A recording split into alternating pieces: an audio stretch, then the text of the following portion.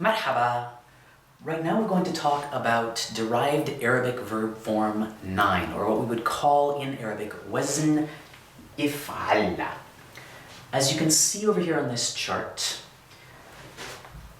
in the past tense, just as with verb forms 7, 8, and 10, we add an alif at the beginning of that derived pattern before the root letters, so like that, with a kasra underneath, and a sukoon on the first root letter, followed by a fatha on the second root letter, and then a shadda on the third root letter, if'alna. Form 9 is the only derived verb form that adds a shadda to the final root letter, so that's an easy way to pick it out of the crowd of other verbs if there are multiple options that you might be considering. In the present tense, we add vowels like so.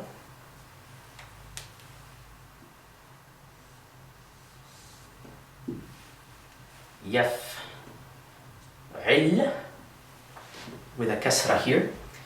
And in the masdar form, we actually separate those last two letters, since the shadda represents two letters, two twins of the letter that it's on top of. So the masdar would actually look like this. Alif with a kasra at the beginning,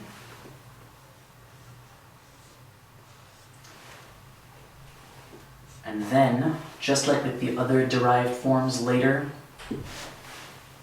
7, 8, and 10, we add an alif between the final letters, so the final product looks like this.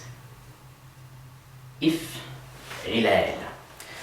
Form 9 is unique in Arabic in that it's the wazn of what we call in Arabic al-alwan wal-ahat, which we might translate as colors and defects.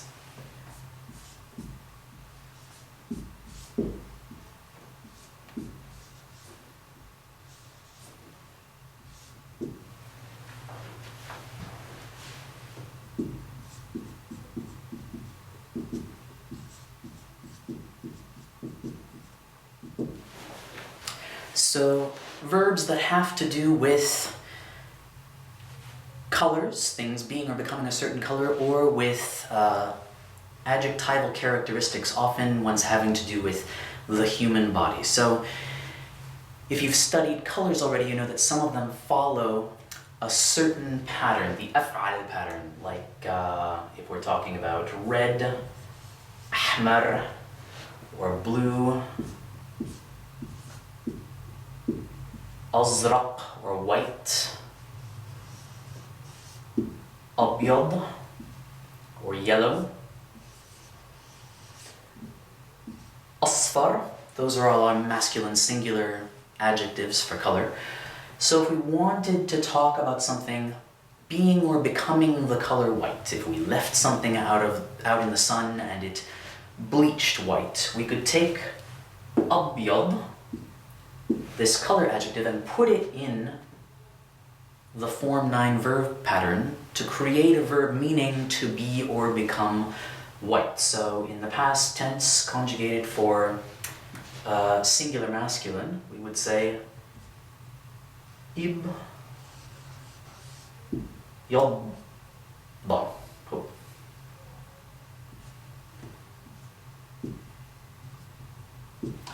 Or if we wanted to talk about something becoming red, if my face turned red, say, from anger or embarrassment, or if I got a sunburn, I could say, my face got red.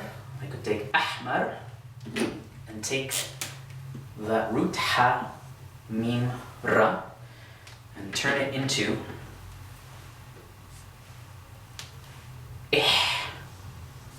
ihmarra. Ihmarra wajhi.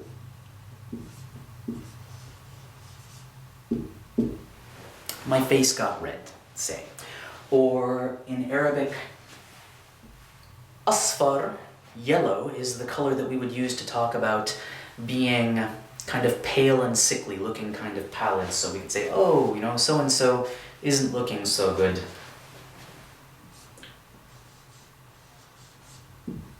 Asfarra wajhu. His face got all yellow. There's another category of verbs, as I said, that fit into this if'alla pattern, not just colors, but things that have to do with adjectives describing personal characteristics. Those can either be physical things like being or becoming bald, or having tan or olive skin, or also things that are a little less physical and more having to do with actions, like acting foolish, for example. So if we wanted to talk about a human being becoming tan, we also have an adjective for that that's just for humans. Asmar, which we would use to describe someone tan or olive skin. But if you went on vacation to Egypt for a couple of weeks and you came back and you were a slightly darker shade, we could say, huwa ismarra. Or hiya ismarrat, she got all tan.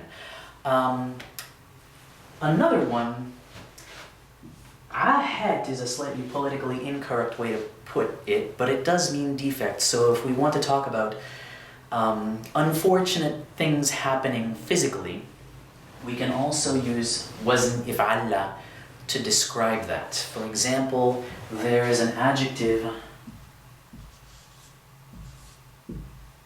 a'waj, which means bent or twisted. Like we could talk about a limb or someone's spine being that way. So if we wanted to talk about a sports injury, say, someone getting a bent neck and needing to go to the chiropractor, we could make that a verb as well. I'wajja, it got twisted. And the masdar, there again, if we wanted to create a masdar, we would need to separate out that gene to match this if'ilal pattern. So we wind up with some masadir, some verbal nouns that look a little bit strange. So i'wajja, past tense, it got bent.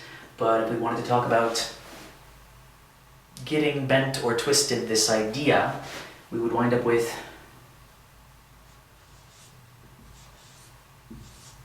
the slightly funny looking i'wijaj. So if we wanted to talk about having a bent spine, we could say i'wijaj al-raqaba, or I guess that's neck, having a bent neck and needing to go to a doctor to get that straightened out. Form 9 is a relatively rare pattern, but we do see it in cases like this, especially in formal or classical contexts.